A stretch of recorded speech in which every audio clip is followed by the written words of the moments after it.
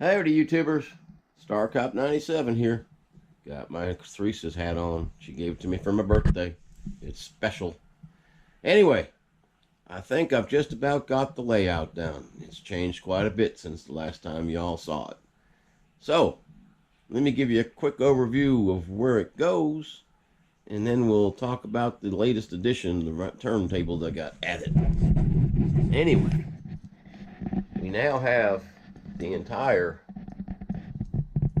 6-foot table. Got a double loop coming down it, got the engine house, and got a marshalling yard. The marshalling yard's got a total of 5 tracks. 6 if you count the little tiny one that I can store engines on that comes off the round table. For right now it's kind of tiny. Okay.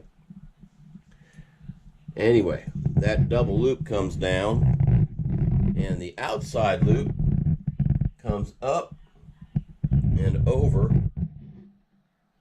a raised section, has a bridge, going to have a second bridge here today, I hope, and then loops around right down through here and goes on around and comes back to the outer loop. Inner loop just stays right there where you see that inner loop. Now, when I first built this layout, I was trying to make another place to run trains off to. So I put that switch in, and I started running curved track back this way. Then I started curving that track back around, and lo and behold, when I got right here, I realized that it was gonna line up with this, which was another turnout I had put in. So now instead of a turnout or 2 turnouts, what I have is a reverse loop. Cars will come into it this way, go around, they'll go underneath the overpass section right there, then they'll follow the track around, and when they come back off the track here, they'll be on the outer loop going the opposite direction. The only thing I'm missing is a Digitrax AR1 to reverse the current, so I've got my isolation or insulation right there. I don't know if that's going to come out or not. That's at the beginning of the loop, and then I've got another insulator right here at the end of the loop. Now for the star of the show today. Star of the show today is the KATO round table. There she sits. Let me get things turned on. Now the nice thing about this, I've got a lot of switches. There must be at least, well, 1, 2, 3, 4, 5, 6, 7 switches. And what I designed this to do is, if you'll see this switch right here, oh, wrong one, third one, right there, one switch. Every other switch is open, that switch closes, and that allows power to come into the track section that comes into the round table. Now, one thing I didn't follow the instructions on the round table. The round table tells you to take this cable and run it to this connector on the KATO power unit. Well, that's great if you're running DC. I'm running DCC. So what I have to do is I ran that cable, and I didn't run the cable itself. I actually took a little tiny section right here of an extension for switches. I cut it, so the original cable is still the same size, and I spliced this into the power unit that's on my power cab, my DCC controller.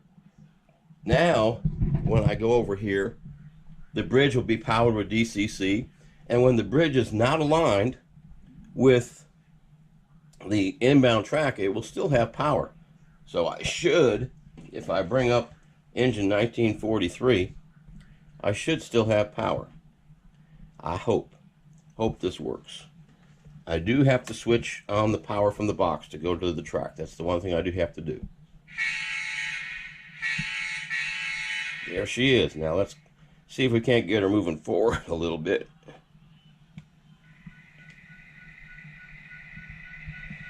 Okay, she goes on the track. And then we stop her. Now we come over to the controller and we tell it to start turning. It doesn't have to go very far in this case. As soon as it gets halfway between the tracks, I tell it to stop. you may or may not have heard that indexer kick in.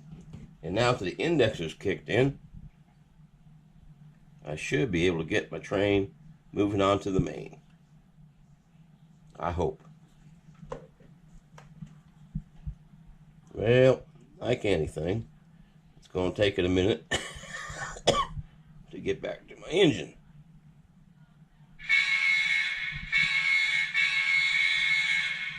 There she goes on to the main track.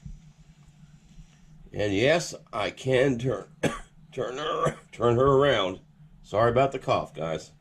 It's a winter thing. So if I reverse her, she should go back on to the round table.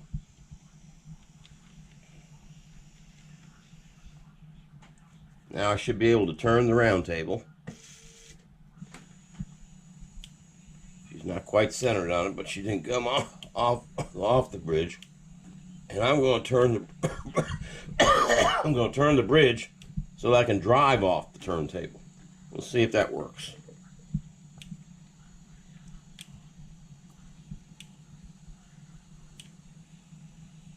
Matter of fact, I might just turn her all the way to where I can drive off the turntable, and let's see if it'll let me go down.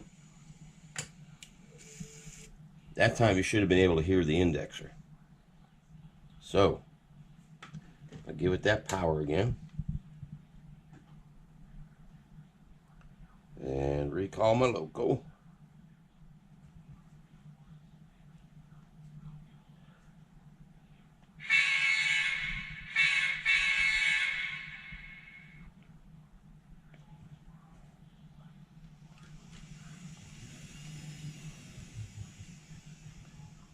Sorry, had her in reverse still. And down she goes. And she'll go down to the engine shop. And there she sits. And then when I'm ready to use her, I put her in reverse. Bring her out of that engine shop. Not too fast. Just the right speed. Step 3 seems to work really well. And then she goes back onto the track.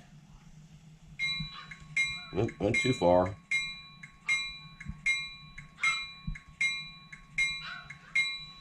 There we go. Now we're going to turn her all the way around and back her off the track to where she was originally.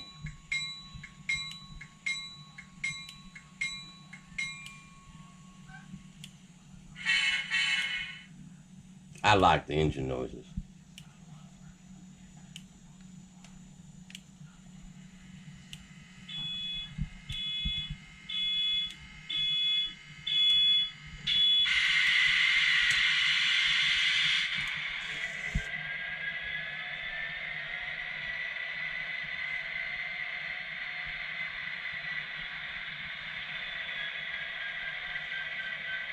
As soon as she gets done running up.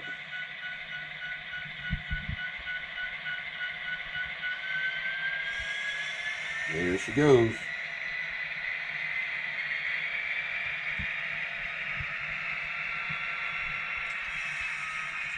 And I can take the track back where it was. As soon as I do, though, power's cut off to that line. So, got it working pretty good. It's not 100%, but the part that's missing is me knowing how to switch the switches. I think it's working pretty darn good. I'll see if I can get you to hear the indexer. You heard that little noise? Hopefully that's the indexer. Now when I start turning it again, it pulls back, it lets it turn, and then right there, turn it off. It'll continue till the indexer lines up. Boom, now it's aligned with the main. Wonderful turntable, automatic indexing. You can't beat it, guys. You really can't beat it. Highly recommend it. Don't get paid by KATO, but I buy all KATO track because it was recommended to me a long time ago by somebody when I started building. I think it was Mike Thomas. And then I found this turntable. It's the only self-indexing one for N-gauge that I know of that you can put on the table and not have to countersink it. It works fantastic. So anyway, have a great day, guys. Nice to be back on YouTube. Adios. Star Cop out.